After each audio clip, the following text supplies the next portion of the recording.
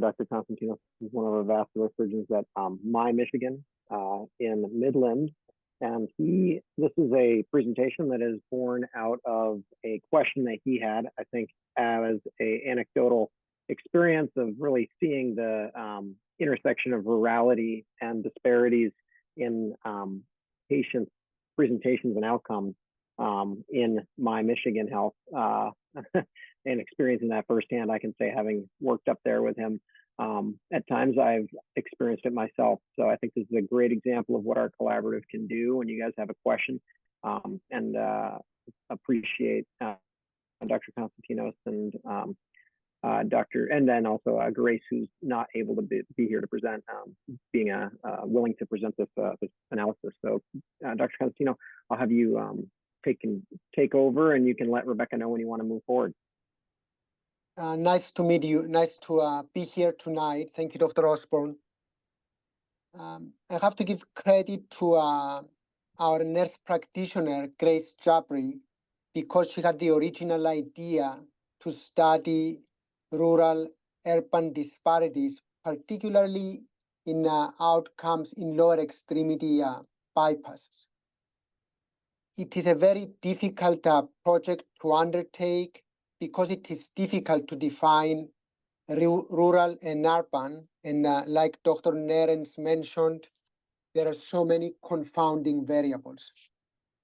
Next slide.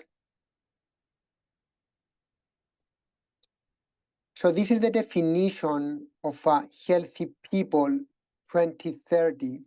I believe this is the 6th iteration of healthy people. It started in 1980, and these are the guidelines by the federal government and by the Department of Health and Human Services of identifying major health disadvantages and the processes to alleviate those disadvantages. So obviously, they talk about racial disparities, social, economic, and environmental disadvantages, but they also give specific attention to geographic location.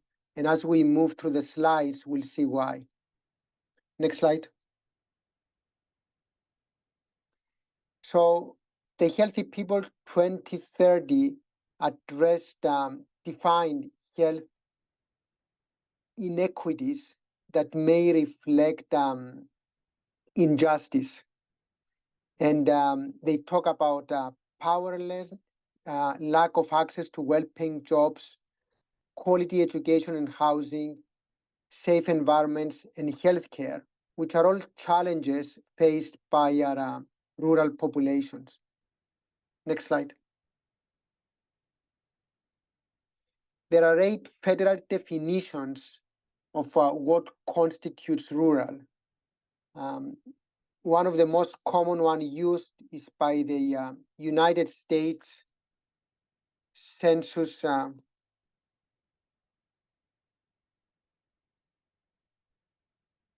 Bureau, or the census as is commonly known, and it identifies rural as any area outside, as any geographic location outside of an urbanized area.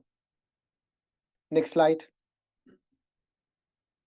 There is a different definition by the Office of Management and Budget that essentially divides the country into the counties, and counties are either metropolitan or micropolitan or rural. So anybody outside a metropolitan area is essentially rural.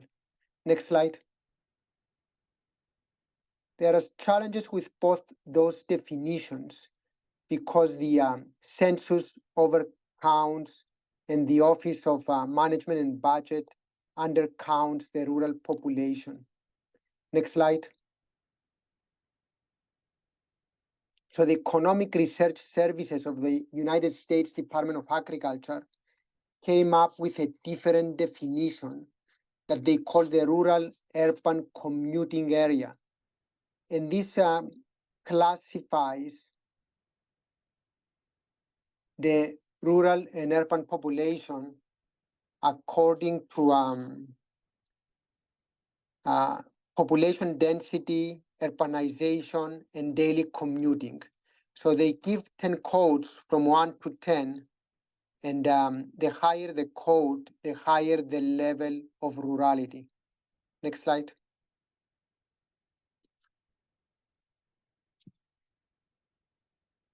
So this is the, and there's a different definition, and that by the Health Resources and Services Administration. They don't only consider rural, only the RUCA codes 4 to 10, but certain metropolitan areas and all outlying metropolitan counties without an urbanized area. So they have an expanded definition, and that is for the purposes of assigning increased financial resources to these communities. So as you understand, it's very difficult to define what is exactly rural. Next slide. So we're living in the era of rural mortality penalty. In the majority of the 20th century, we lived in the era of urban mortality penalty. There was a poor water treatment, poor sewage treatment, overpopulation and poverty in urban areas, and they experienced as an effect an increased mortality. But there was a reversal of that trend noticed since the 1980s. There is estimated to be an additional 40,000 of excess deaths yearly in rural populations, and 50% of those are associated with heart disease, cardiovascular disease, and cancer. Next slide. And you can see here the increasing rural mortality penalty.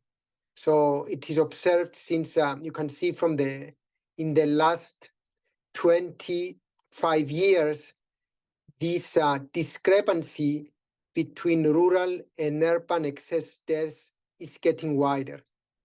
Next slide. Rural populations are afflicted with higher rates of all the major causes of death in the country: cardiovascular disease, cancer, injuries, stroke, and infectious diseases. Next slide. And you can see here excess deaths by in each excess deaths, that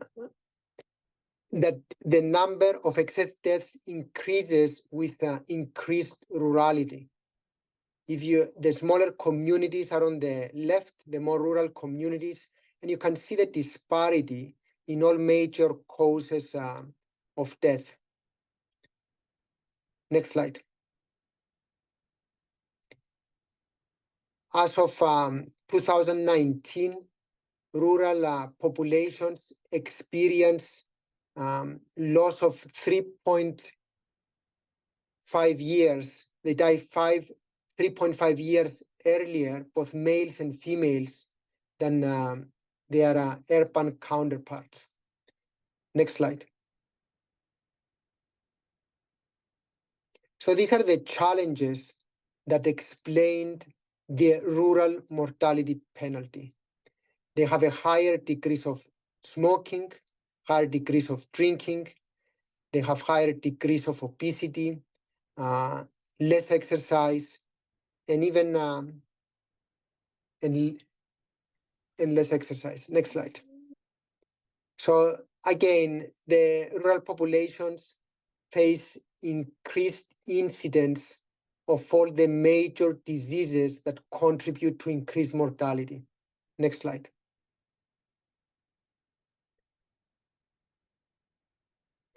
There is a study from Mayo for diabetes that showed higher prevalence, higher diabetes-related mortality rates, and they explained it by lower visit frequency of the rural population, lower specialty involvement, lower visits to endocrinologists, and worse outcomes within the same healthcare system. So although they have potentially equal resources, they still experienced increased prevalence and increased death from diabetes. Next slide. There is both in Canada and the United States, but more so in the US, there is increased incidence and increased mortality from stroke. In Canada, the increased incidence and mortality were 9% and 19%, and in the US, it was 23% and 30% increase in incidence and mortality. So pretty dramatic difference between the rural and urban populations. Next slide. Why are the rural patients faring worse than the urban population? By the RUCA definition, approximately 20% of the population is rural, but only 12% of physicians serve rural patients. The professional shortages are more likely to occur in rural communities, and there is also shortage of allied healthcare personnel. In the last 10 years, we are seeing increased closure of many rural hospitals. Next slide. This is a recent paper in rural-urban disparities in cardiovascular outcomes, which noted pretty significant differences in mortality in myocardial infarction, stroke, and heart failure. And those differences were not mitigated, importantly, after mediation analysis by the number of procedures. Next slide. And here is again rural populations had decreased rates of interventions, including even systemic thrombolysis, which you would think would be easy to administer. But as a consequence, they experienced increased mortality. Next slide.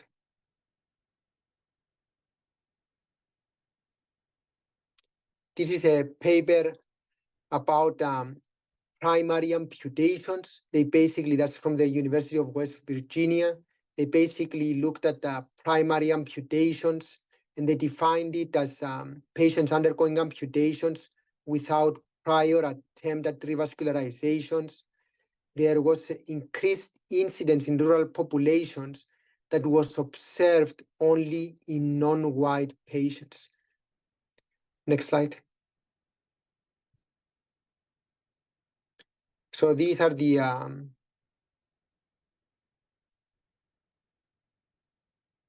there are racial rural disparities, like we talked about. Black rural residents appear to experience even worse outcomes than their white counterparts. Next slide.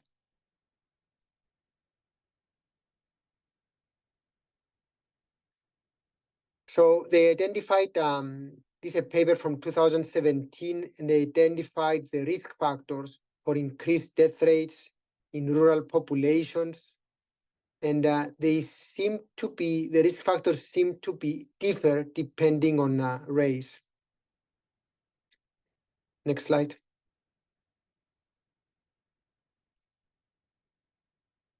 So the rural populations have decreased socioeconomic status. They have lower incomes. They have higher percentage of children living in poverty, fewer adults with post-secondary education, and more uninsured residents. Next slide. So the federal government is taking an interest in health disparities in rural populations. So they designated rural emergency hospitals that qualify for additional funding, and they passed laws to address the rural inequalities. Next slide. So they are aiming to expand access through telehealth, improve digital health literacy, and establish mobile units for opioid treatment. Next slide. Also accountable care organizations in which the government provides additional funding for health professionals that are willing to serve underprivileged rural communities, and also addressing the patient's social needs. Next slide. So this is the study that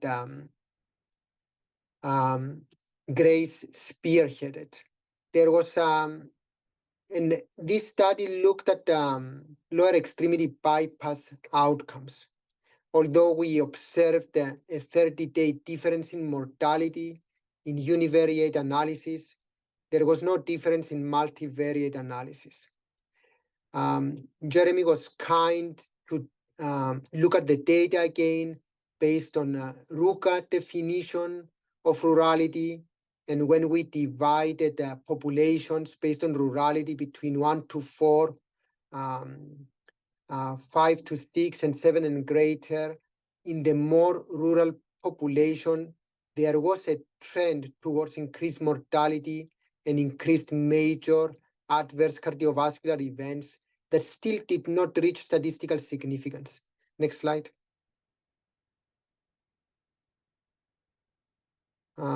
Again, RUCA definition showed a trend towards increased mortality, the more rural population should say.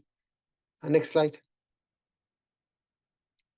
So that's a mistake. So the rural African American population, the interesting finding is that they had improved outcomes compared to their urban counterparts, which may speak to challenges faced by our metropolitan minority populations. So there are several limitations to this study and some confounding variables that have may affected the results. Michigan is a state with a large rural population, but also a state with a large disadvantaged minority urban population. And obviously, there is a difficulty in determining what constitutes rural and what constitutes urban. I think that's where we're at now. I think the next step would be to look at vascular outcomes by including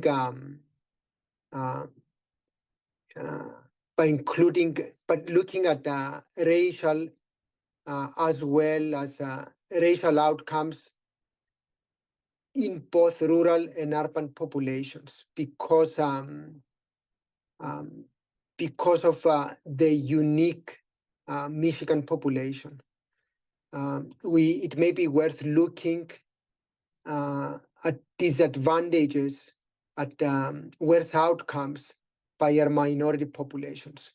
So I think for me, these are the biggest things, biggest tasks that we should address as a Michigan Vascular Collaborative. Are there differences in outcomes based on race, and are there differences in outcomes based on rurality? Thank you.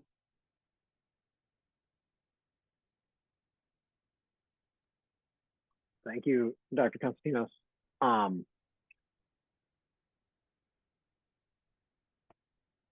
appreciate you giving this talk. This is, I think, a challenge, as you kind of highlight, that we all experience when we're taking care of patients in Michigan.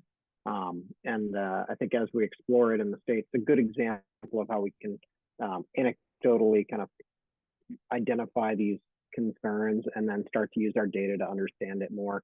And it always opens up more questions than answers initially. And so as you've kind of experienced that, I know there's been iterations of the analysis, and there's been changes and questions that have come up that are now being answered, hopefully to more understanding of it, and we can move it forward from there. But I think it's a great example of what the collaborative can do as we kind of start to think about these issues as well. So thank you for agreeing to talk about the study as it's kind of evolved.